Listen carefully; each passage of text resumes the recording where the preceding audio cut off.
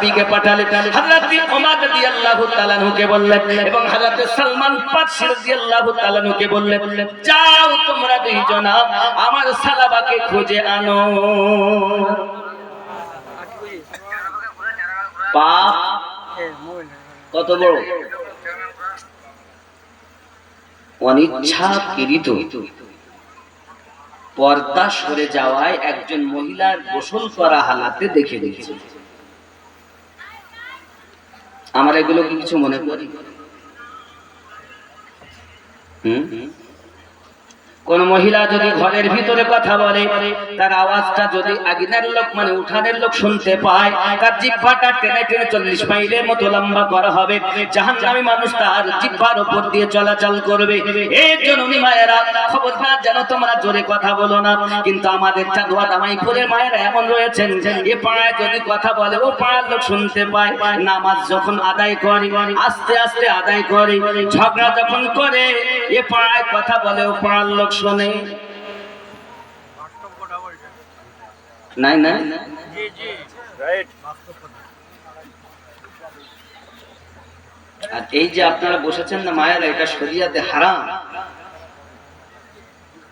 এইভাবে মহিলাদেরকে বসাবেন না, এটা হারাম। এটা দেখাও বলো,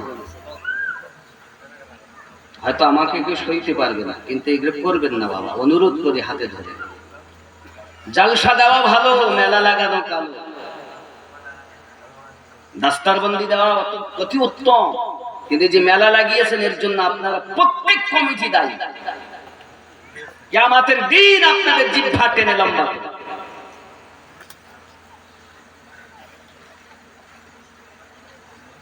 বলছে হুজুর আমরা নামাজ তো পড়ি। বাবা এখনকার সময় জোর যার মুলুকটা, হক না বিচার আছে, না হক মৌলবি আছে, না হক কথা বলার মতো কেউ আছে। বললেই বলবে দেখো বুকে বসে চোখে ঠোক মারছে, কিচ্ছু করার নেই, ডেকেছেন যখন শুনতে হবে। আব্বাজি আমার সোনা মানিকেরা, মায়েদেরকে বলবো মায়েরা আপনারা পর্দার ভিতরে যান, আপনাকে আমার জন্য দেখা জায়েজ নাই। আমার জননী মা, আপনাদের মতো মায়ের পেট থেকে গৌসে আজম জন্ম নিয়েছেন, আপনাদের মতো মায়ের পেট থেকে খাজা গরিব নওয়াজ জন্ম নিয়েছেন, আপনাদেরই মতো মায়ের পেট থেকে সরকারে আলা হযরত জন্ম নিয়েছেন।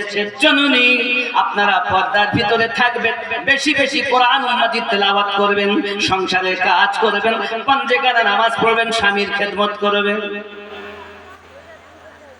এটা আমরা সব পারবো না। যে আর একটা কথা বলবে না, স্বামীর খেদমত ও করা। আমার জননী মা খালা ভালো করে শুনুন, গুনাহ আমাদের দাঁড়াতে হয়, কিন্তু তার জন্য নিজেকে তো এত অপরাধী মনে করতে হবে, নিজের তো আপনার কিনা বিনয় আল্লাহ পাকের কাছে ক্ষমা তো তেমন করে চাইতে হবে। হযরত সালাবা রাদিয়াল্লাহু তাআলা আনহু পৃথিবীর সারা জমিনে এমন করে কান্না শুরু করে দিয়েছেন, এমন করে রোনাজারি শুরু করে দিয়েছেন, দরবারে নবী পাকে আর পৌঁছাচ্ছেন না বাবা। কিন্তু আল্লাহ পাক জানাচ্ছেন কেউ যদি নিজের জানের প্রতি জুলুম করে ফেলে, নবী পাকের দরবারে যেন চলে যায়, কারণ নবী পাকের দরবার আমি আল্লাহর দরবার। সুবহানাল্লাহ সুবহানাল্লাহ। আব্বাজি আমার সোনা মানিক, হযরত সালাবা রাদিয়াল্লাহু তাআলা আনহুকে খুঁজতে লেগেছেন দুইজন জলিলুল কদর সাহাবী, হযরত সালমান ফারসি রাদিয়াল্লাহু তাআলা আনহু, এ বাবা হযরত ওমর ফারুক রাদিয়াল্লাহু তাআলা আনহু, দুইজন মিলে খুঁজতেছেন। খুঁজে খুঁজে না কোথাও জঙ্গলে, না কোথাও বাড়িতে, কোথাও যখন খুঁজে পাওয়া যায় না, কয়েকদিন হয়ে গেল, সারাদিন পেরেশান, সারাদিন পেরেশান। এইভাবে খুঁজতে খুঁজতে যখন 40 দিনের দিন, ওনারা আপনার কিনা ময়দানের দিকে বেরিয়েছেন, পাহাড়ি এলাকার দিকে বেরিয়েছেন। পার হওয়ার পর পাহাড়ি এলাকার ভিতরে কিছু চরওয়াগাকে দেখতে পাচ্ছেন, কিছু রাখালকে দেখতে পাচ্ছেন, যারা বকরি চড়ায়, ভেড়া চড়ায়। এমনি করে তাদেরকে দেখে জিজ্ঞাসা করছেন, ও বাবারা এরকম চেহারার মানুষ, এরকম লম্বা, এরকম গায়ের রং, এরকম তার পোশাক, এমন কোন মানুষকে কি আপনারা দেখেছেন? তারা বলতে চাচ্ছেন না আমরা দেখিনি, আমরা দেখিনি। তবে এই জঙ্গলের দিক থেকে, এই পাহাড়ি এলাকার দিক থেকে এক কান্নার আওয়াজ আসে, এমন কান্নার আওয়াজ আসে, সেই কান্নার আওয়াজ আমাদের কলিজায় ব্যথা লেগে যায়। হযরত সালমান রাদিয়াল্লাহু তাআলা বলছেন হয়তো ভাই ওমর হতে পারে সেটাই হলো হযরত সালাবা, তা তো আমরা বলতে পারবো না। তিনি এই সালাবা কি অন্য কেহ বলতে তো পারবো না, তবে প্রতিদিন তার কান্নার আওয়াজ আমরা শুনি।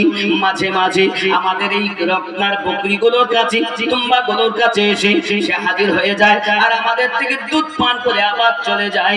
সোনামানিকেরা আমার বলে, এখন কি সে আসার টাইম হয়েছে? মনে হয় যেন আসার টাইম অতি পূর্বে খুব তাড়াতাড়ি তিনি চলে আসবেন। এই চিন্তা ভাবনায় যখন দুইজন দুই সাইডে লুকিয়ে গেলেন, যেন সালাবা আমাদেরকে দেখে লুকিয়ে না যায়, পালিয়ে না যায়। দুইজনা লুকিয়ে গেছে। হযরত সালাবা রাদিয়াল্লাহু তাআলা আনহু কান্না করতে করতে দুধ পান করার জন্য এসেছেন। আব্বাজি আমার দুধ পান করতেছেন, আর চোখ দিয়ে টপ টপ করে পানি পড়তেছে। আমি গুনাহগার হয়ে গেছি, পাপী হয়ে গেছি, জালিম হয়ে গেছি, বেঈমান হয়ে গেছি। যে চোখ দিয়ে আমি রাসূলের পাকের দিদার করি, ওই চোখটা সামান্য এক মহিলার দিকে আমি দেখে নিয়েছি। আমি হয়তো আপনার কাফের হয়ে গেছি, বেঈমান হয়ে গেছি, আর হয়তো আমি আর নবী পাকের দরবারে যাওয়ার যোগ্যতাই হারিয়ে ফেলেছি। কাঁদতেছে হযরত সালাবা রাদিয়াল্লাহু তাআলা আনহুকে দেখে। সালমান রাদিয়াল্লাহু তাআলা আনহু, হযরত উমর রাদিয়াল্লাহু তাআলা আনহু দুইজন ছুটে ছুটে আপনার কাছে এসেছেন। আপনার কিনা আসার পরে তিনি পালানোর চেষ্টা করতেছেন, দুইজন আপনার কিনা ধরে নিয়েছেন। ও সালাবা, কিসের এত কান্না? কিসের জন্য দরবারে রাসূলে হাজির হতে পারেন না?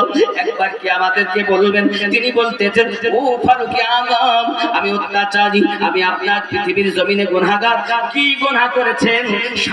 আমার আস্তে আস্তে আমার চোখটা একটি নারীর উপরে পড়ে গিয়েছে, এই জন্য আমি অপরাধী নিজেকে মনে করতেছি, নবী পাকের দরবারে যেতে পারবো না।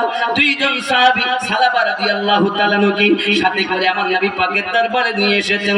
আব্বা আমার চোখ দুটি বন্ধ, চেহারা আপনার পাতলা দুবলা হয়ে গেছে না খেয়ে না খেয়ে, আর আপনার এত বিনয়, এত রোনাজারি, এত আসামির মতো ভাব, এমনি করে আপনার কিনা কান্না করতেছেন। আপনার আমার নবী পাকের দরবারে চোখ দুটি খুলছেন না। হুজুর, আমি বরবাদ হয়ে গেছি, আমি শেষ হয়ে গেছি। কান্না যখন করতেছেন বাবা, আমার নবী পাক সাল্লাল্লাহু আলাইহি সাল্লামের জান মুবারাকায় সালাবা রাদিয়াল্লাহু তাআলা আনহুর মাথা মুবারক, আমার নবী পাকের জান মুবারাকায় সালাবা হুজুরের মাথা খানা রয়েছে। আরো জোরে বলুন সুবহানাল্লাহ।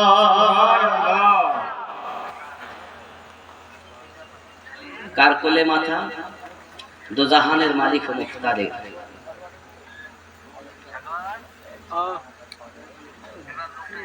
ढल के मुस्तफा की इश्क में साहिब जमाल हो गया।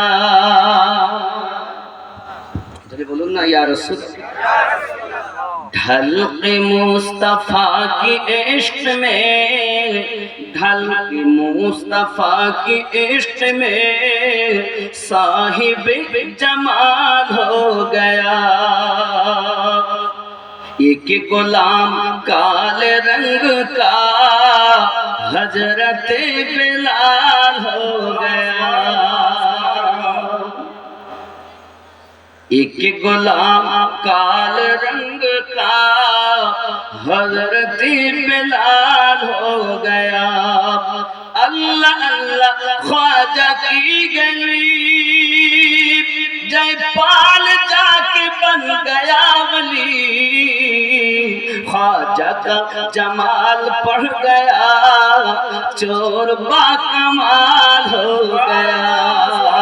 ढल के मुस्तफा की इश्क में साहिब जमाल हो गया। एक गुलाम काले रंग का हजरत बिलाल हो गया। जब नजर रसूल की पड़ी, कंकरियों को जिंदगी मिली। जब नजर रसूल की पड़ी,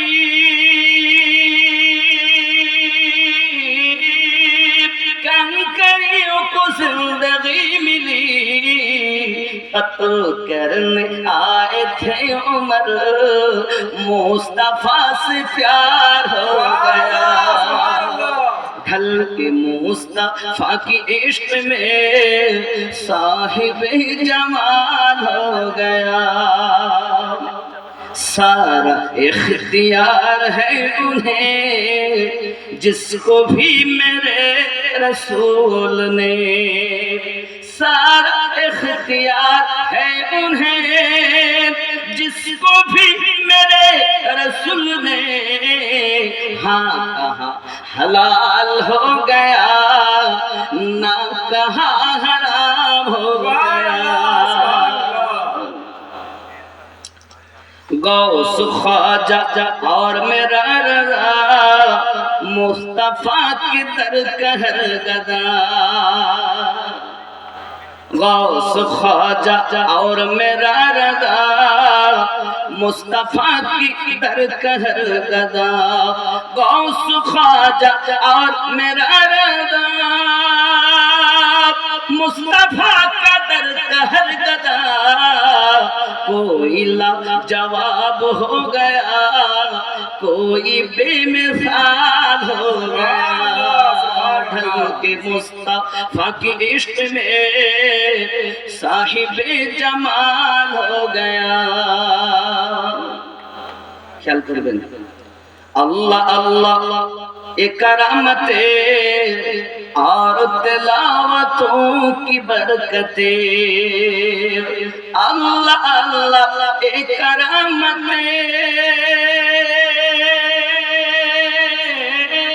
और तिलावतों की बरकते, गौस पाक माँ के पेट में हाफिज कुरान हो गया।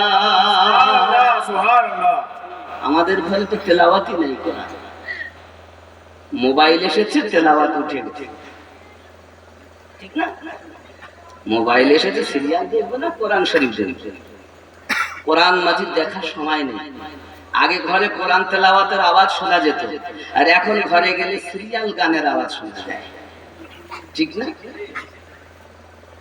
মায়েরা তেলাওয়াত করবেন বেশি বেশি, কোরআন মাজিদ তেলাওয়াত করবেন বেশি বেশি, সূরা নূর তেলাওয়াত করবেন বেশি, সূরা মুলক তেলাওয়াত করবেন বেশি, যেটা পালন করবেন বেশি। তবে সূরা নূর বেশি বেশি তেলাওয়াতের কথা আমার নবী অর্ডার দিয়েছেন মায়েদের জন্য। আমার জননী খুব ভালো করে বুঝুন, হযরত সালাবা রাদিয়াল্লাহু তাআলা আনহু যখন নবী পাকের জাং মুবারকে মাথা দিয়ে শুয়ে আছেন, হুজুর আমি বড় অপরাধ করে ফেলেছি, আমি বড় অত্যাচার করে ফেলেছি। আয় সালাবা অপরাধটা কি একবার বল। হুজুর আমি অপর নারীর দিকে দৃষ্টিপাত হয়ে গেছে, আমার একবার ইচ্ছা করে দেইনি গো আপা। বাতাসে যখন পর্দা সরে যায় আমার চোখটা ওই দিকে চলে যায়, হুজুর দ্বিতীয়বার আমি তার দিকে আর তাকাই নাই, আমি নিজেকে অপরাধী মনে করেছি। হুজুর আমার কি মাফ হবে না, আমার কি ক্ষমা হবে না? আমার নবী পাক সাল্লাল্লাহু আলাইহি ওয়াসাল্লাম বলে, সালাবা আল্লাহ তো গফুরুর রহিম, তোমার যে খালিস নিয়ত, তোমার যে ভিতরে ভীতি, তোমার যে ভিতরে ভয়, আব্বাজি আমার নবী পাক গ্যারান্টি দিলেন আল্লাহ পাক অবশ্যই maaf করবেন। আব্বা আমার সালাবা রাদিয়াল্লাহু তাআলা মনে তাসাল্লি হয়ে গেল, হুজুর আমার যখন maaf হবে তাহলে আমি সৌভাগ্য, তাহলে আমি বেঈমান হই নাই।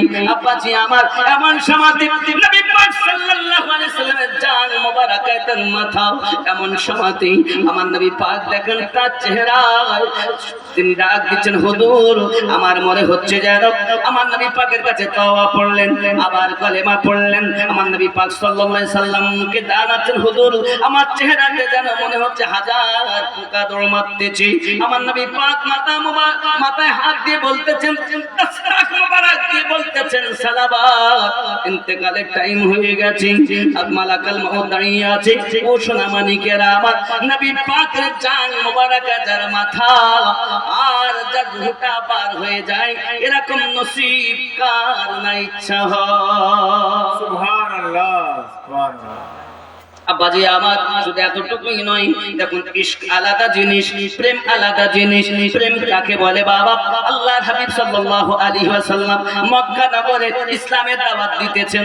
নবী পাকের শত্রু বাবা একজন ইহুদি, তার বাড়িতে একটা বাচ্চা আছে, ওই বাচ্চাটাকে শিক্ষা দেয় বাবা মুস্তাফা জানে রহমত, আল্লাহর হাবিব রাস্তা দিয়ে যদি যায় তাকে গালিগালাজ করবে, পাথর মারবে, কারণ তার মতো দ্বিতীয় দুশমন আর মক্কা নগরেতে নাই।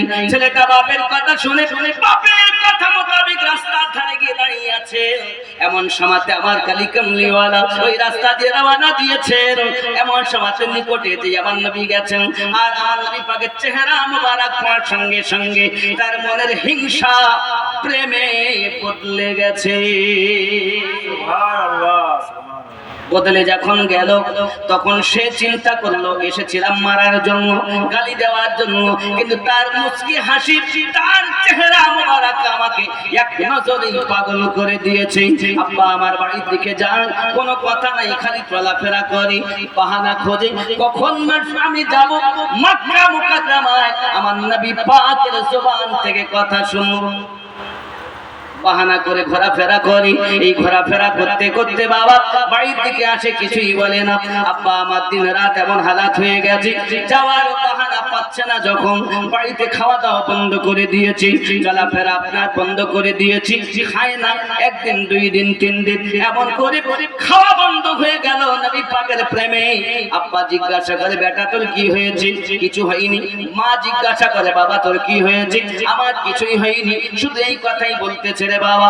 এমন সমাধি মা পরেশান, বাবা কি হয়েছে বল, তোর কিসে কি হলো? কিন্তু এটা অন্য রোগ নয়, এটি হলো প্রেম রোগ।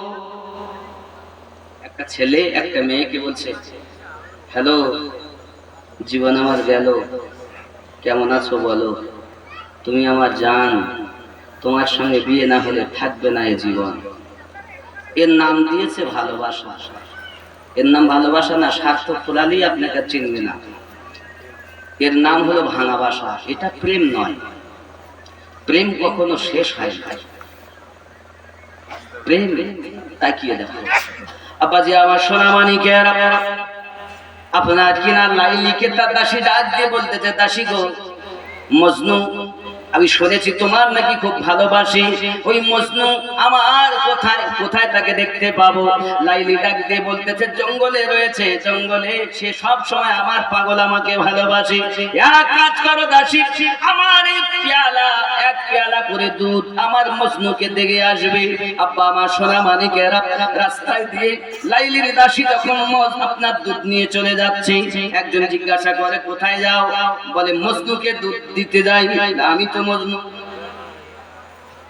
বলছে আমি তো মজনু। সে তো দাসী চেনে না মজনুকে। ভাই তুমি দুধটা খাও, তাকে দুধ দিয়েছে। আর একজন দেখছে হ্যাঁ এ তো মজনু না, দুধ খেয়ে নিল ফ্রিতে। দ্বিতীয় দিন দেখতেছে আর একজন, কি ব্যাপার, দুধ এনেছি মজনুর জন্য। বলছে আমিও তো মজনু। বলছে আমিও মজনু। দিয়ে বাড়ি এসে বলছে, লাইলি তুমি বলেছিলে না আমার একটাই মজনুটা দেখছি ডবল, তো এক পেয়ালা দিলে হবে না, দুধ একটু বেশি করে দিয়েছে, নিয়ে গেছে, দুজন খায়। তৃতীয় দিন দেখছে আর একটা, চতুর্থ দিন আবার একটা।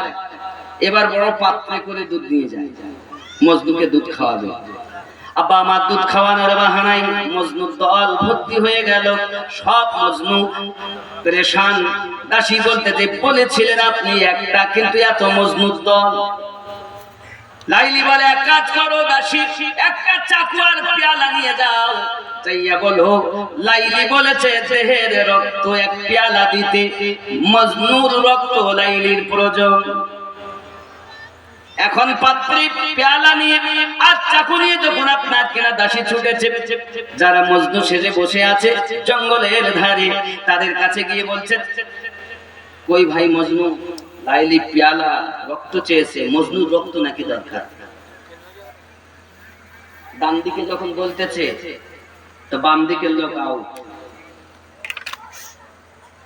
সামনে যখন বলে তো পিছনের লোক আউট। সবার মুখে একটাই কথা, দাসী আমরা ওই মজনু নই যে রক্তের বিনিময়ে দুধ খাবো। আমরা হলাম ওই মজনু, ফ্রিতে খাই, প্রেম করি আমরা, কিন্তু দিতে পারবো না রক্ত।